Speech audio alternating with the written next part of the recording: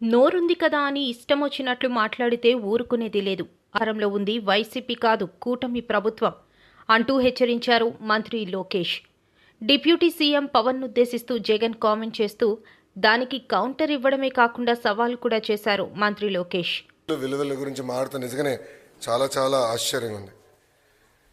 జగన్మోహన్ రెడ్డి గారిలో మేమందరం కోరుకునేది ఏంటంటే ఒక ముఖ్యమంత్రిగా పనిచేసిన వ్యక్తి ఉందాతనంగా మాట్లాడతారు, వాస్తవాల దగ్గరగా మాట్లాడతారు, ఒక వ్యక్తిని కించపరిచే విధంగా మాట్లాడతారని కించపరుచుకునే విధంగా మాట్లాడతారని అనుకున్నాం. కానీ ఇదంతా చూసిన తర్వాత ఇందులో ఆయనకి ఏమీ లేవు, ఏది రాదని నాకు అర్థమైంది.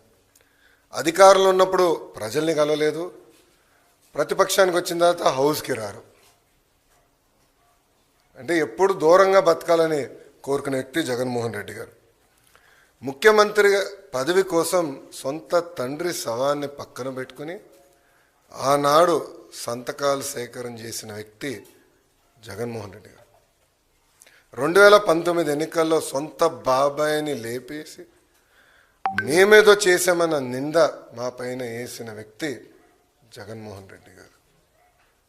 ఇంతేకాకుండా ఈరోజు ప్రభుత్వం పైన, బడ్జెట్ పైన, గౌరవ ఉప ముఖ్యమంత్రి గారి పైన మాట్లాడిస్తే నిజంగానే నాకు చాలా ఆశ్చర్యం వేస్తుంది.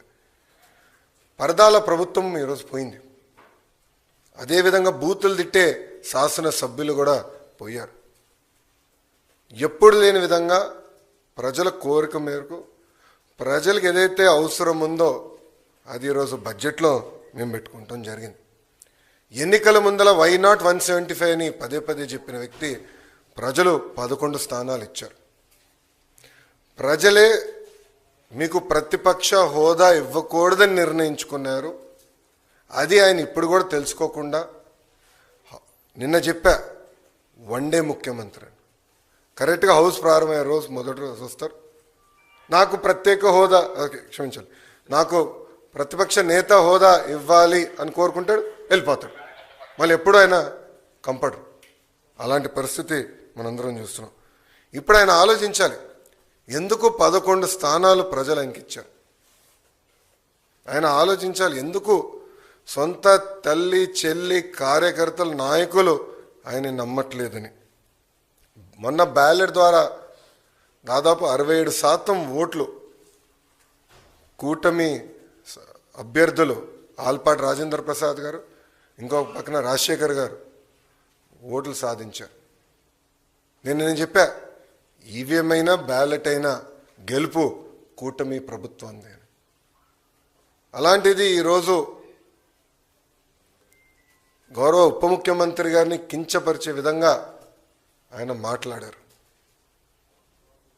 ఆయన మాజీ ముఖ్యమంత్రి జగన్మోహన్ రెడ్డి గారు ఒకసారి ఆలోచించారు. మొన్న ఎన్నికల్లో ఆయనకు వచ్చిన మెజారిటీ ఎంత, గౌరవ ఉప ముఖ్యమంత్రి గారికి వచ్చిన మెజారిటీ ఎంత. మొన్న జరిగిన ఎన్నికల్లో వైకాపాకి ఎన్ని సీట్లు వచ్చినాయి, జనసేన పార్టీకి ఎన్ని సీట్లు వచ్చినాయో ఆయన ఒకసారి ఆలోచించాలి. అంతేగాని నోరుంది కనుక ఇప్పుడు కూడా నేను అనుకుందే రైటు, అధికారంలో ఉన్న వాళ్ళు నేను కించపరిచే విధంగా మాట్లాడతాను, ఎగతాళి చేస్తూ ఉంటాం. నిజంగానే చాలా చాలా బాధాకరం. ఈరోజు రాష్ట్రంలో మీరు చూస్తే ఎప్పుడు లేని విధంగా మన అభివృద్ధి కార్యక్రమాలు మనం ప్రారంభించుకున్నాం. ఎప్పుడు రాని విధంగా ఈరోజు పెద్ద ఎత్తున ఆంధ్ర రాష్ట్రానికి పెట్టుబడులు వస్తున్నాయి. మీరు చూసారు, ఒక టీసీఎస్ కానీ, ఆర్సిలర్ మిత్తల్ కానివ్వండి, ఎన్టీపీసీ గ్రీన్ కానివ్వండి, రిలయన్స్ సిబిజీ ప్రాజెక్టులు కానివ్వండి, ఇట్లా అనేక పెట్టుబడులు ఎప్పుడు రాని విధంగా మన రాష్ట్రానికి వస్తున్నాయి.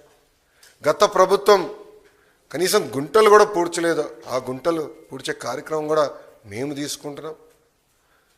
అంతేకాకుండా ఎప్పుడు జరిగిన విధంగా సంక్షేమం కూడా మేము చేస్తున్నాం. ప్రజలందరూ ఒక విషయం గమనించాలి, 2014లో పెన్షన్ 200 రూపాయలు, చాలని పెన్షన్ని 2000 రూపాయలు మేము చేసాం. 5 సంవత్సరాలు 2000 చేశాం. గత ప్రభుత్వం 1000 రూపాయలు పెంచేదానికి 5 సంవత్సరాలు తీసుకుంటే మొదటి నెలలో మేము అదే పెన్షన్ ఇంకో 1000 రూపాయలు మేము పెంచాం. వికలాంగులకి 6000 రూపాయలు ఇస్తున్నాం.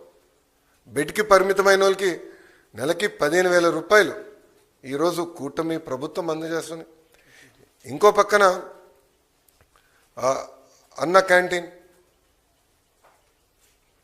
గత ప్రభుత్వం అన్న క్యాంటీన్ మూసేస్తే మన ప్రభుత్వం ఏర్పడిందంటే 198 అన్న క్యాంటీన్లు తిరిగి ప్రారంభించాం.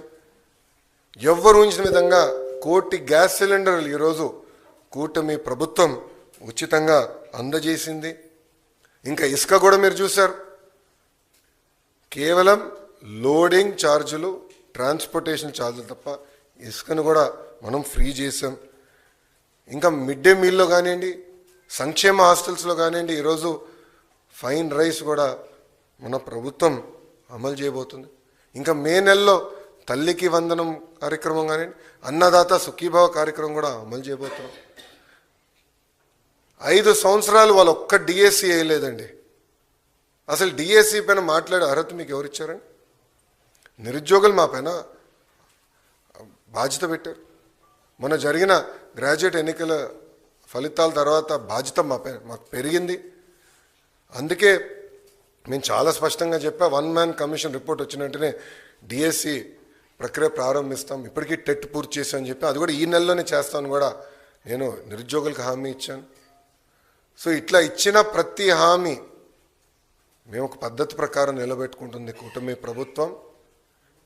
ఇప్పుడన్నా జగన్మోహన్ రెడ్డి గారు వాస్తవాలు తెలుసుకుని ఎందుకు ఆయనకు 11 సీట్లు వచ్చినాయి, కార్యకర్తల దగ్గరికి వెళ్ళి గతంలో ఆయన చేసిన తప్పులు తెలుసుకుంటే బాగుంటుందని ఈ సభాముఖం ఆయన తెలుపుకుంటూ, దయచేసి గౌరవ ఉప ముఖ్యమంత్రి గారి గురించి కానివ్వండి, గౌరవ ముఖ్యమంత్రి గారి గురించి ఆలోచించి మాట్లాడమని నేను కోరుతున్నాను.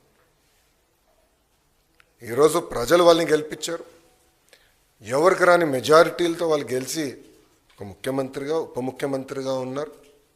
వాళ్ళని కించపరిచే విధంగా మటుకు మాట్లాడితే మేము సహించాం. చాలా ఫర్మ్గా మేము కూడా మాట్లాడతాం. మేము మిమ్మల్ని వదిలిపెట్టే ప్రసక్తే ఉండదు. గౌరవం అనేది ఇచ్చిపుచ్చుకోవాలి తప్ప ఏదంటే అది వాగితే మటుకు ప్రభుత్వం ఇక్కడ ఏదో కూర్చుని మేము వింటామనుకుంటే చాలా పొరపాటు పడతారని ఆయన కూడా తెలియజేస్తూ, ఇప్పుడు మీడియా మిత్రులకి అయిన ప్రశ్నలు ఉంటే దానికి సమాధానం చెప్పేదానికి నేను సిద్ధంగా ఉన్నాను.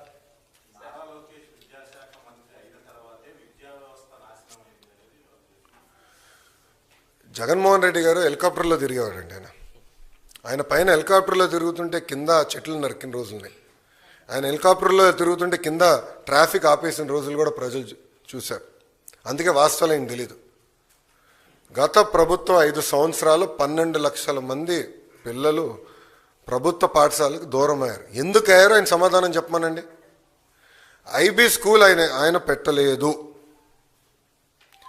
ఐబీ వాళ్ళ దగ్గర ఒక రిపోర్ట్ తీసుకునేదానికి 5 కోట్ల రూపాయలు ప్రభుత్వం వృధా చేసింది. టోఫెల్ ఎక్కడ